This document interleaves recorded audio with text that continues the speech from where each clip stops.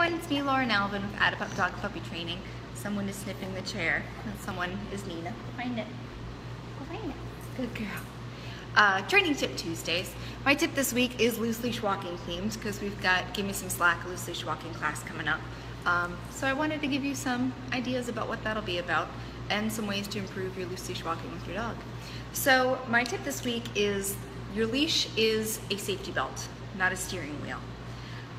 If you want your dog to pay attention to you, if you want your dog to move with you, if you want your dog to be aware of its surroundings, including you, then you need to teach them how to do that. You need to reinforce them handsomely, and you have to be able to compete with the environment. None of that involves yanking your dog around. Your dog is on leash for safety and because it's the law. Your dog is not on leash because the leash is telling them to do anything. I hope that makes sense. So I'm going to show you how much my dog drools. I'm going to show you what a little bit of loose leash walking looks like. Nina obviously knows how to do this. So beginner dog, I might be clicking and treating more frequently. We would definitely still start inside, but there might be a little more jumping and stuff going on. Nina already knows how to do this. But my focus for this is on you and what you're doing with your body. Part of that is communicating with your dog, and part of it is using your body language to ask your dog to do what you want them to do. And the other part is leaving your dog the heck alone so they can figure out what they need to do without this going on. Oh, you know what? I don't even have Nina on harness. Stupid me. I have another video about front clip harnesses and how much I love them. We're practicing inside. Nina knows this. She only puts her harness on if we go somewhere exciting, and she's like, oh, it's harness time, I have to be on my best behavior kind of thing. But for everyday walks, she's just on her collar. So I'm going to leash her up, and I'm going to show you what I mean. Can I have your paw? Come here, over here. Thank you. I'm getting all tingly. All right, so, oof. Nina has this leash that I love a lot. Here's how I like to hold it. I put my hand through the loop, and then I grab it halfway, and her wonderful leash that I love so much has this thing right here that fits perfectly in my hand, and at that exact spot is the perfect spot to hold the leash for her height and my height. So we're in the zone. So when I've got it holding it in this spot, since it's not wrapped all around my hand, look at that, clicker right on top. My dog leash and clicker are all going to be on one side, and I have my treats loaded up. These are blueberries. Dried blueberries, loaded up on my hands on the opposite side. Give it. Yep, thank you. I like to teach it on the opposite side, and because I want the dog figuring out what I want them to do by themselves. The clicker is taking a picture of them making a decision, and that decision is to stay in the loose leash zone. I don't want them deciding to follow this around and focusing on the goodies, which is hard to avoid if you've got it on the same side as their nose.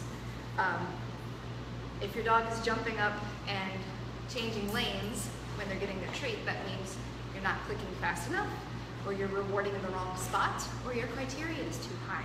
So opposite hand is what I like. I want you to watch what I do with my leash hand. As soon as I stand up and we walk around.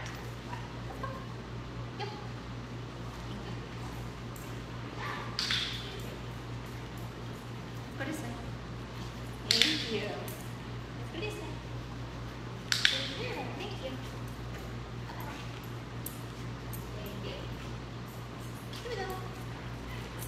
Good girl. Good girl. You can't see it on that side. Thank you. Sit. Thank you. It didn't move. It's glued the whole time. If I want my dog to move, I need to use my magnet or my body language. My leash is not to maneuver them. So if I want to use my magnet, let's say I'm teaching her to do an about.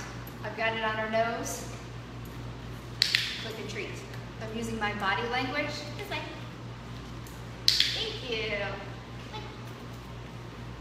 Good girl. I'm encouraging her using my stance and the way I'm moving and some noises to get her to do it. This isn't for steering. One, it's not fair to steer someone by their neck. Even if you have a harness on, I would much rather someone go, hey, excuse me, it's over here, rather than and pulling me around. That's not teaching them what we want them to do, which is deciding to stay in the loose leash zone. zone on their own. If you want to build this foundation, here's a little practice for you this week. I'm taking off her leash. We are indoors. I've got some paychecks. Teach your dog to walk on a loose leash without a leash. Inside. You must have a leash on when you're outside. It's the law. It's only safe. It's only smart. But you can start it somewhere safe without a leash. And if your dog can hang out with you even without a leash, there you go. Your dog has learned what you want them to learn, which is to hang out with you and to pay attention to you even when there's cool stuff going on. So here's what it'll look like. I'm using my clicker, like I said, as a camera shutter. I want to click it the exact moment she's doing what I want her to do.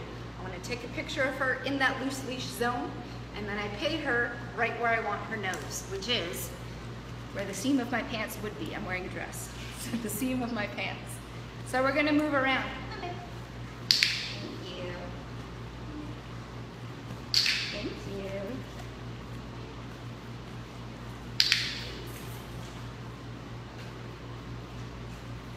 you. See how she's choosing to hang out with me? She's not concerned about a goodie in front of her nose. Hello. Thanks. She's figured out that the dance we're doing is I just stay on the side and we move around together.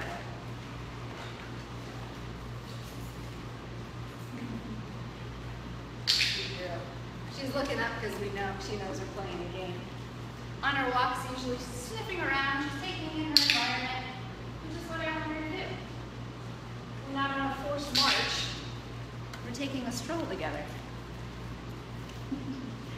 Front. Go find it. Give that a go. We want the leash to be loose. That's why it's called loose leash walking. So you gotta let it be loose. You need to let them figure out what you want them to actually be doing, not what you don't want them to do, not what you want to pull them into doing. They need to build that neural pathway on their own. Oh, mom's moving, I move with her. Oh, mom's stopping, I slow down. I stay in this radius near mom. If we yank them around and force them into doing things, or even give them, you know, come on, come with me, it's annoying, it's not fair, and we're not giving them the benefit of the doubt. Give it a go. Try some loose leash walking without a leash, somewhere safe, fenced or indoors. Frequent clicks and treats, and I hope that helps. Quit yanking on your dogs. Let me know if you have any questions. I'm going to record 2 training tips because I'm going to be in Martha's Vineyard this weekend until next Thursday. And I was going to say I'm going to try to not think about dogs. That's not going to happen. But I'll record it so I don't have to worry about it. So you'll see me in my getup again next week. Let me know if you have any requests. Let me know if you have any questions. Give me some slack. It's a loose leash walking class. It starts September 17th. Sundays at 4. It starts September 17th. It's a beginner level class, so you don't need to be a graduate of beginner good manners to take it. Anyone can join. No choke, shock, or prong collars, obviously. We start indoors, we're gonna do some basics, and then we go out and about. And eventually we're going to be going to outlet malls, maybe Lowe's, out and about, stuff like that, practicing it in the real world, which is where loose leash walking happens. So again, take care. Let me know if you have any questions. Bye-bye.